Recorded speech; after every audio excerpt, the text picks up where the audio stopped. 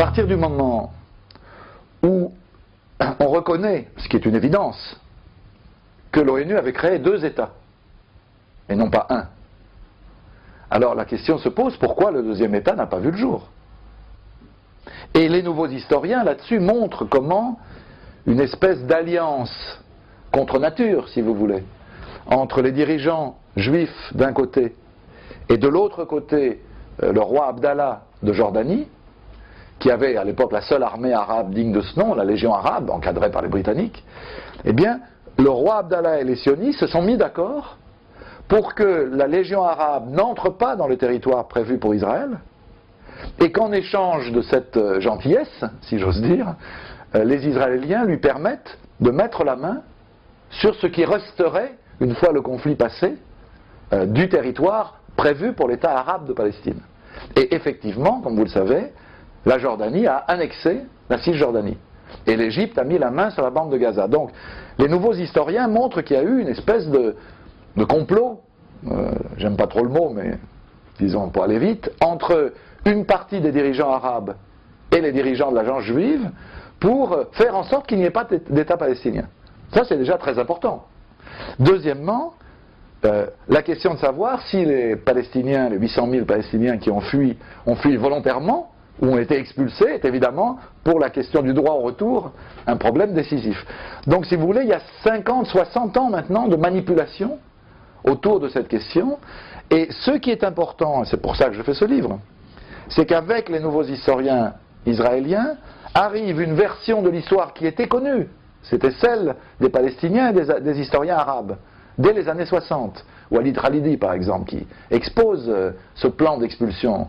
Mais là, on a toute une palanquée de preuves qui sortent non pas de l'imagination de tel ou tel, mais des archives de l'État d'Israël lui-même, de son gouvernement, de son armée, des journaux des dirigeants israéliens de l'époque, des dirigeants sionistes de l'époque. Donc on a une masse de preuves tout à fait considérable. Et du coup, on va sans doute y venir, mais on a eu en Israël, à partir de 1987 et de l'arrivée des premiers livres des nouveaux historiens, une percée de ces idées dans le débat à la fois universitaire, mais aussi dans le débat politique et idéologique.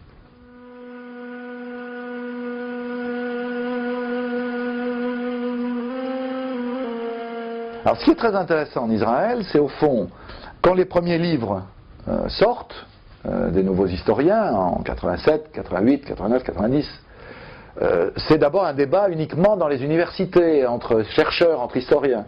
Et puis un certain nombre de journaux, je ne dirais pas de gauche, parce que ce n'est pas des journaux de gauche, mais des journaux, disons, libéraux au sens anglo-saxon du terme, comme Haaretz, le grand quotidien israélien, s'emparent de ces débats et les font connaître. Et puis petit à petit, les idées des nouveaux historiens commencent à essaimer dans la société israélienne, au point par exemple que lors du 50e anniversaire de l'État d'Israël en 1998, on a une série télévisée qui s'appelle Tekouma, Renaissance, qui est projetée toutes les semaines, et que les Israéliens suivent évidemment en masse, et tout d'un coup arrivent 2 émissions consacrées à 1948, et on parle d'expulsion et on voit des images d'expulsion. Et c'est un choc, parce que pour la plupart des Israéliens, ce qu'ils avaient appris de cette histoire, c'est que les Juifs avaient accepté le partage, les Arabes l'avaient refusé, et ils avaient fui. Et donc tout d'un coup, ils s'aperçoivent que les Arabes avaient refusé le partage, pour des raisons qu'on peut imaginer sans mal, que les dirigeants sionistes avaient accepté, mais dans l'espoir qu'une guerre leur permette d'obtenir plus, c'est-à-dire plus de territoire et avec moins de Palestiniens dedans, et surtout que cette expulsion massive ait été démontrée. Alors ça, c'était un choc. Alors, malheureusement, les débats historiques ne sont pas sans rapport avec les débats politiques. Donc si vous voulez, la percée des nouveaux historiens dans l'opinion, dans les débats politiques, médiatiques, etc., a été largement freinée, voire à certains moments cassée, par l'échec du sommet de Camp David en juillet 2000 et par la seconde intifada qui radicalise les positions de part et d'autre et donc renvoie une grande partie de l'opinion israélienne dans les bras, j'allais dire, d'Ariel Sharon. Donc c'est sûr qu'il y a une période difficile pour les nouveaux historiens à cette époque. Ce qui est quand même frappant, c'est que malgré tout, les idées sont passées. Et Sébastien Boussois, qui a fait la postface de ce livre, c'est-à-dire qui a fait une enquête en Israël auprès des nouveaux historiens, mais aussi des anciens, pour montrer l'état du débat. Ce qui est frappant dans son texte, qui est tout à fait remarquable, d'ailleurs je le dis sincèrement, c'est qu'on voit combien les anciens historiens, non seulement ne s'accrochent plus à leur version complètement obsolète, dépassée, qui n'a plus d'argument, de l'histoire traditionnelle, mais qu'en plus ils ont le sentiment, alors que c'est eux qui sont au pouvoir en Israël, qui sont au pouvoir dans les universités, qui sont au pouvoir dans l'essentiel des médias, ils donnent le sentiment d'une espèce de citadelle assiégée. C'est comme si les nouveaux historiens étaient partout en train de faire refouler les thèses des anciens historiens. C'est très exagéré. Quand on va en Israël, c'est les thèses traditionnelles qui restent les thèses officielles, y compris dans l'enseignement. Mais quelque chose s'est passé. Et alors, ce que je peux vous donner comme exemple, qui est un exemple formidable, c'est qu'en 99, donc sous Ehud Barak, à l'époque, il y a eu un nouveau manuel d'histoire pour les lycées. Et dans ce manuel, je ne dis pas que c'était un manuel fait par des nouveaux historiens, pas du tout, mais dans ce manuel, on fait état des découvertes des nouveaux historiens dans les archives. Donc du fait que les rapports de force, contrairement à ce qu'on disait, étaient favorables aux armées juives dès 1947, qu'il n'y a pas eu de divine surprise, de miracle, il y avait un rapport de force écrasant, militaire et stratégique. Deuxièmement, on retrouve tout à fait dans ce livre l'idée que Israël n'a pas voulu la paix. En 1949, dans les négociations de Lausanne, on a juste signé les protocoles qu'il fallait pour pouvoir être admis à l'Organisation des Nations Unies, mais ensuite on a fait en sorte qu'il n'y a pas eu de paix. Et troisièmement, surtout que les Palestiniens ont été expulsés. Tout ça s'est retrouvé dans le manuel de 1999. Dès que Ariel Sharon arrive au pouvoir en 2001, le premier geste de sa ministre de la Culture, Limor Livnat, c'est de supprimer ce manuel et de le remplacer par un ancien manuel. Donc on voit bien les enjeux qui sont des enjeux tout à fait passionnants.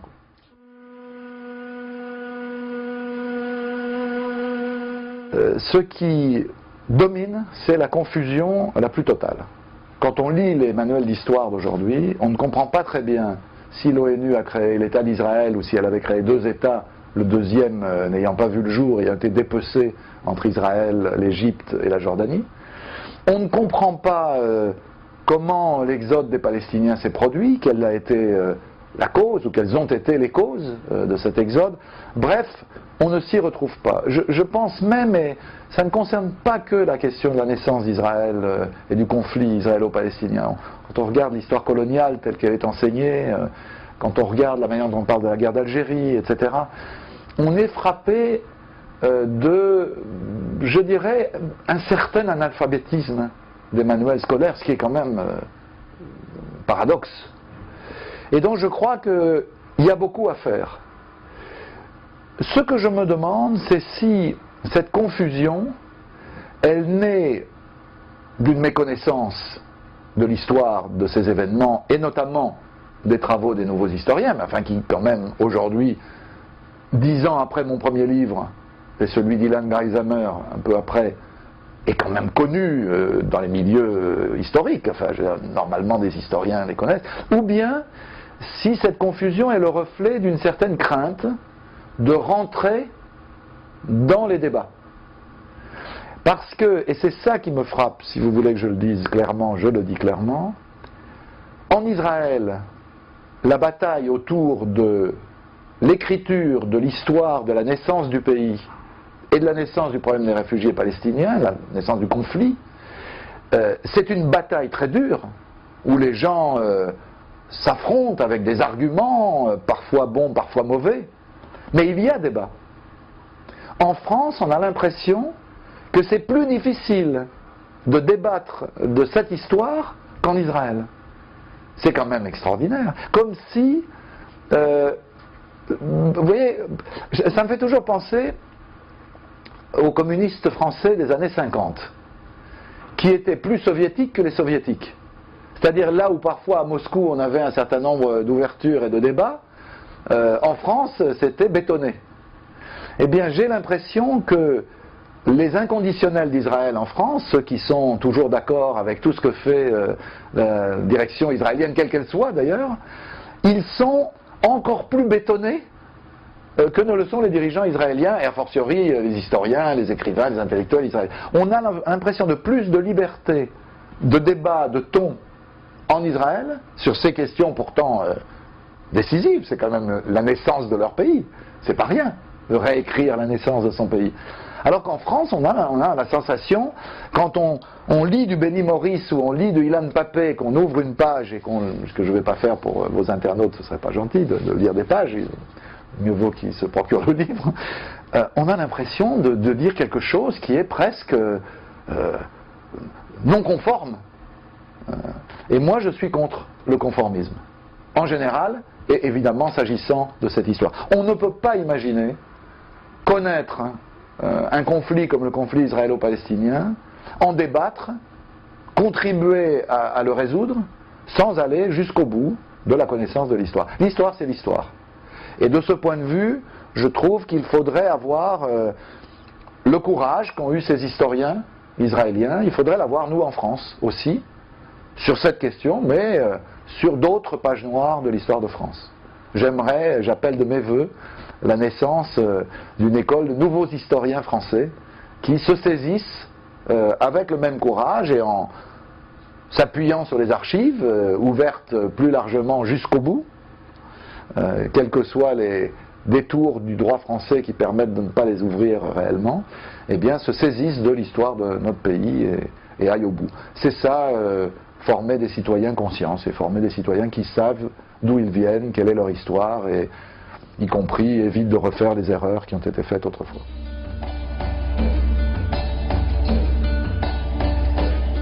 Lorsque la première version du livre est sortie en 1998, aucun livre d'un nouvel historien israélien n'avait été publié en français. Aucun, je dis bien. Sur 1948. On a publié des livres sur après, avant, mais pas sur cette période-là, 47-49. Et je constate avec plaisir que la diffusion de la première édition de notre livre, elle a poussé un certain nombre d'éditeurs à traduire des livres de nouveaux historiens. Aujourd'hui, ou disons demain, c'est-à-dire au moment du Salon du Livre, qui va être consacré à l'État d'Israël, c'est l'invité du Salon du Livre en février prochain, eh bien, à ce moment-là, en mars prochain, excusez-moi, à ce moment-là, on aura 7 livres de nouveaux historiens qui, depuis 98 jusqu'à maintenant, auront été traduits en français. Donc ça prouve que les livres, malgré tout ce qu'on peut dire de l'importance d'Internet, du fait que le papier n'est plus le vecteur décisif du débat, tout ça, moi je le prends avec des pincettes, je relativise beaucoup tout ce discours-là. Je constate qu'un livre comme celui-là a pu contribuer, pas lui seul bien sûr, mais contribuer à faire que dans les journaux on s'intéresse aux nouveaux historiens, que les éditeurs publient leurs livres, que bon, bref, ça fait avancer le schmilblick, c'est fait pour ça.